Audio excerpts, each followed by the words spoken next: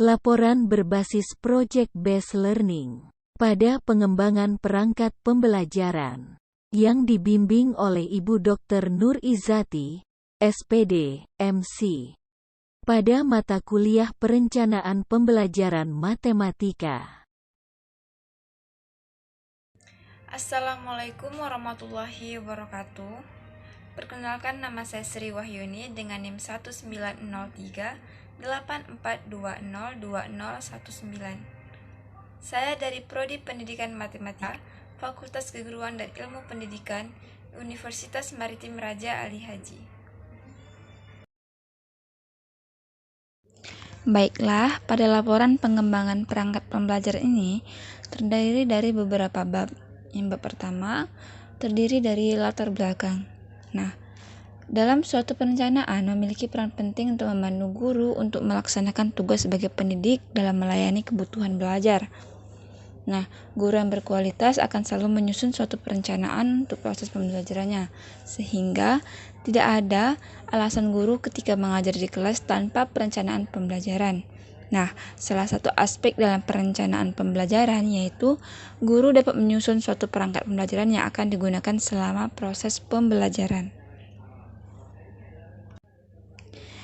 Peraturan Pemerintah Nomor 19 Tahun 2005 yang berkaitan dengan Standar Nasional Pendidikan mengisyaratkan bahwa guru diharapkan dapat mengembangkan perencanaan pembelajaran yang kemudian dipertegas melalui Permendiknas Nomor 41 Tahun 2007 tentang standar proses.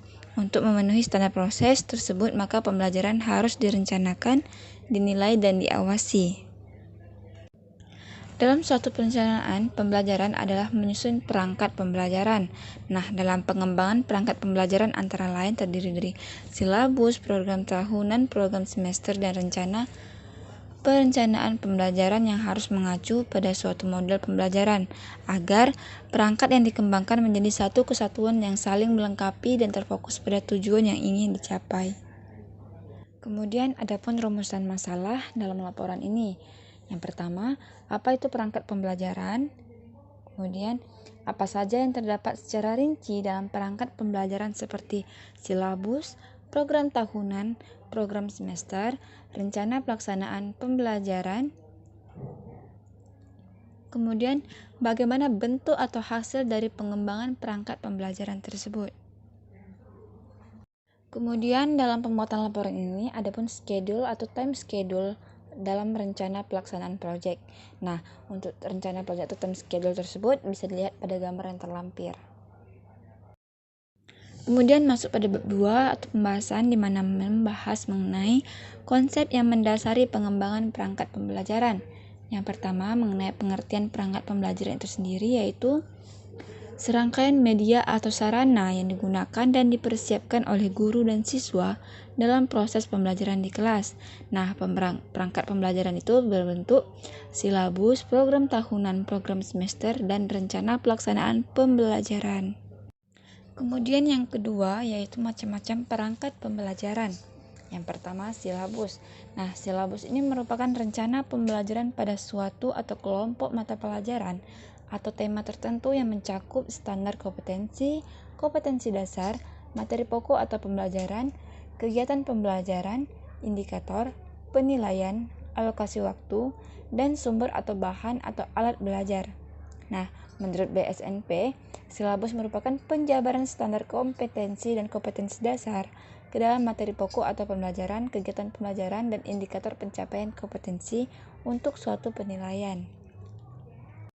Kemudian adapun landasan pengembangan silabus, yakni oleh Peraturan Pemerintah Republik Indonesia Tahun 2005 Nomor 19 tentang Standar Nasional Pendidikan Pasal 17 Ayat 2 dan Pasal 20 yang berbunyi, Pasal 17 Ayat 2, sekolah dan komite sekolah atau madrasah dan komite madrasah mengembangkan kurikulum tingkat satuan pendidikan dan silabusnya berdasarkan kerangka dasar kurikulum dan standar kompetensi lulusan di bawah supervisi dinas kabupaten atau kota yang bertanggung jawab di bidang pendidikan untuk SD, SMP, SMA, dan SMK, dan departemen yang menangani urusan pemerintah di bidang agama untuk MI, MTS, MA, dan MAK. Kemudian pasal 20, perencanaan proses pembelajaran meliputi silabus dan rencana pelaksanaan pembelajaran yang memuat sekurang-kurangnya tujuan pembelajaran seperti materi ajar, metode pengajaran, sumber belajar, dan penilaian hasil belajar. Kemudian ada pun langkah-langkah pengembangan silabus. Yang pertama, mengkaji standar kompetensi dan kompetensi dasar. Yang kedua, mengidentifikasi materi pembelajaran. Yang ketiga, melakukan pemetaan kompetensi. Yang keempat, mengembangkan kegiatan pembelajaran. Yang kelima, merumuskan indikator pencapaian kompetensi. Yang keenam, penentuan jenis penilaian. Yang ketujuh, menentukan alokasi waktu. Dan yang terakhir, menentukan sumber belajar. Itulah yang terdapat di dalam pengembangan silabus. Program tahunan merupakan perangkat pembelajaran yang selanjutnya setelah silabus. Nah, program tahunan ini merupakan program umum yang dilakukan setiap mata pelajaran untuk setiap kelas. Berisi garis-garis besar yang hendak dicapai dalam 1 tahun dan dikembangkan oleh guru mata pelajaran yang bersangkutan. Nah, tujuan pembuatan atau pengembangan program tahunan ini untuk menata materi secara logis, sistematis, dan hierarkis, serta mendistribusikan alokasi waktu untuk setiap pokok bahasan dan mendorong proses pembelajaran menjadi efektif dan efisien. Kemudian untuk komponen prota terdiri dari identifikasi, standar kompetensi, kompetensi dasar, alokasi waktu, dan keterangan. Nah, adapun dalam penyusunan prota yang diperhatikan yaitu menganalisis kalender pendidikan, kemudian memberi tanda untuk hari libur atau permulaan tahun ajaran baru, ataupun pekan atau minggu efektif untuk belajar. Kemudian memperhatikan minggu efektif guna menyusun alokasi waktu di setiap kompetensi dasar. Kemudian yang keempat, menetapkan alokasi waktu yang diperlukan untuk setiap mata pelajaran.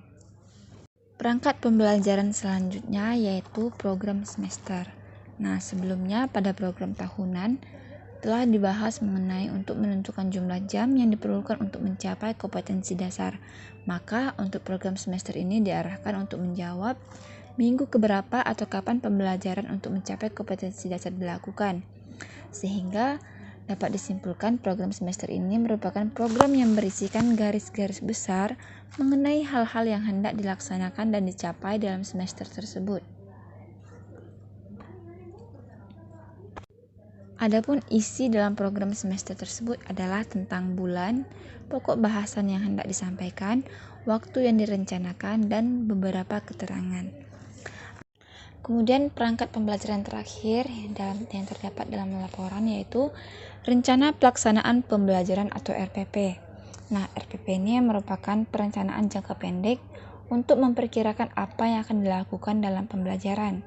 Nah, menurut Permendikbud nomor 65 tahun 2013 tentang standar proses, rencana pelaksanaan pembelajaran adalah rencana kegiatan pembelajaran tatap muka untuk 1 pertemuan atau lebih. RPP dikembangkan dari silabus untuk mengarahkan kegiatan pembelajaran peserta didik dalam upaya mencapai kompetensi dasar. Nah, di sini saya akan menjelaskan secara rinci mengenai silabus yang telah saya kembangkan. Di sini pada silabus yang telah saya kembangkan dapat teman-teman lihat pada lampiran yang tertera. Di mana di sini saya menetapkan pada identitasnya satuan pendidikannya yaitu sekolah menengah pertama. Kemudian saya menentukan mata pelajaran. Di sini saya menggunakan membahas pada mata pelajaran matematika pada kelas 8 dan semester ganjil tahun pelajaran 2021 dan 2022. Kemudian di sini saya akan mengkaji kompetensi inti dan kompetensi dasarnya. Teman-teman bisa lihat pada gambar yang terlampir. Kemudian mata pelajaran atau materi pembelajaran. Nah, pada mata pelajaran matematika ini, untuk materi pembelajarannya ini terdiri dari pola bilangan, materi pembelajaran pada bidang kartesius, relasi dan fungsi, persamaan garis lurus, persamaan linier 2 variabel. Nah, itu materi pembelajaran yang terdapat pada semester ganjil. Kemudian untuk indikatornya, nah sesuai pada materi pembelajaran untuk indikator pada pola bilangan di sini saya menyesuaikan dengan kemampuan siswa nantinya, di mana di sini terdapat mengidentifikasi pola bilangan, ganjil genap, segitiga, persegi dan sebagainya untuk materi pembelajaran pola bilangan. Kemudian untuk bidang kartesius, untuk indikatornya mengidentifikasi seperti konsep diagram kartesius, mengidentifikasi pembagian kuadran bidang kartesius dan sebagainya, dan seterusnya.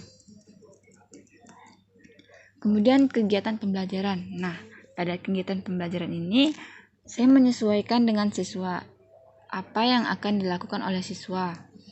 Dimana di sini yang pertama pada materi pembelajaran pola bilangan, di sini siswa harus mencermati konteks yang terkait pola bilangan, seperti penataan nomor alamat rumah. Kemudian pada indikator selanjutnya, siswa diharapkan untuk mencermati konfigurasi objek yang berkaitan dengan pola bilangan. Kemudian selanjutnya setelah menentukan kegiatan pembelajaran, di sini terdapat seperti yang pada langkah dijelaskan sebelumnya, yaitu menentukan alokasi waktu. Nah, jadi setiap materi pembelajarannya telah ditentukan alokasi waktu. Seperti yang terlampir, terdapat untuk alokasi waktu pada materi pembelajaran pola bilangan yaitu 10 JP. Kemudian untuk sumber belajar. Nah, untuk sumber belajar, teman-teman di sini saya menggunakan berdasarkan Kementerian Pendidikan dan Kebudayaan 2018, buku siswa mata pelajaran matematika. Nah, kemudian untuk penilaian, nah di sini penilaian saya menggunakan penilaian berdasarkan tertulis, unjuk kerja, dan penugasan. Nah, itulah beberapa penjelasan secara rinci mengenai pengembangan silabus yang telah saya kembangkan pada semester ganjil. Nah, untuk semester genapnya seperti yang dilakukan pada semester ganjil, hanya perbedaannya pada kompetensi dasar, materi pembelajaran, dan sebagainya. Dimana kalau untuk semester ganjil membahas mengenai pola bilangan, bidang kartesius, dan sebagainya. Nah, untuk semester genap, di sini untuk materi pembelajaran yang akan dibahas yaitu teorema Pythagoras, lingkaran, bangun ruang sisi datar, dan sebagainya. Nah, dan itu berdasarkan kompetensi dasar dan materi pembelajarannya. Nah, itulah beberapa penjelasan mengenai silabus yang telah saya kembangkan. Lalu masuk ke bab 4, yaitu penutup atau kesimpulan. Nah, berdasarkan beberapa pembahasan yang telah disampaikan, bahwa dapat disimpulkan, sebelum melaksanakan proses belajar mengajar, seorang guru harus merancang dan membuat kurikulum dan standar kompetensi yang akan dilaksanakan selama kegiatan belajar mengajar berlangsung. Perangkat pembelajaran tersebut meliputi silabus, program tahunan, program semester, dan rencana pelaksanaan pembelajaran. Nah, sekian yang saya sampaikan dalam presentasi laporan hasil pengembangan perangkat pembelajaran saya. Saya akhiri dengan wabillahi taufiq wal hidayah. Wassalamualaikum warahmatullahi wabarakatuh.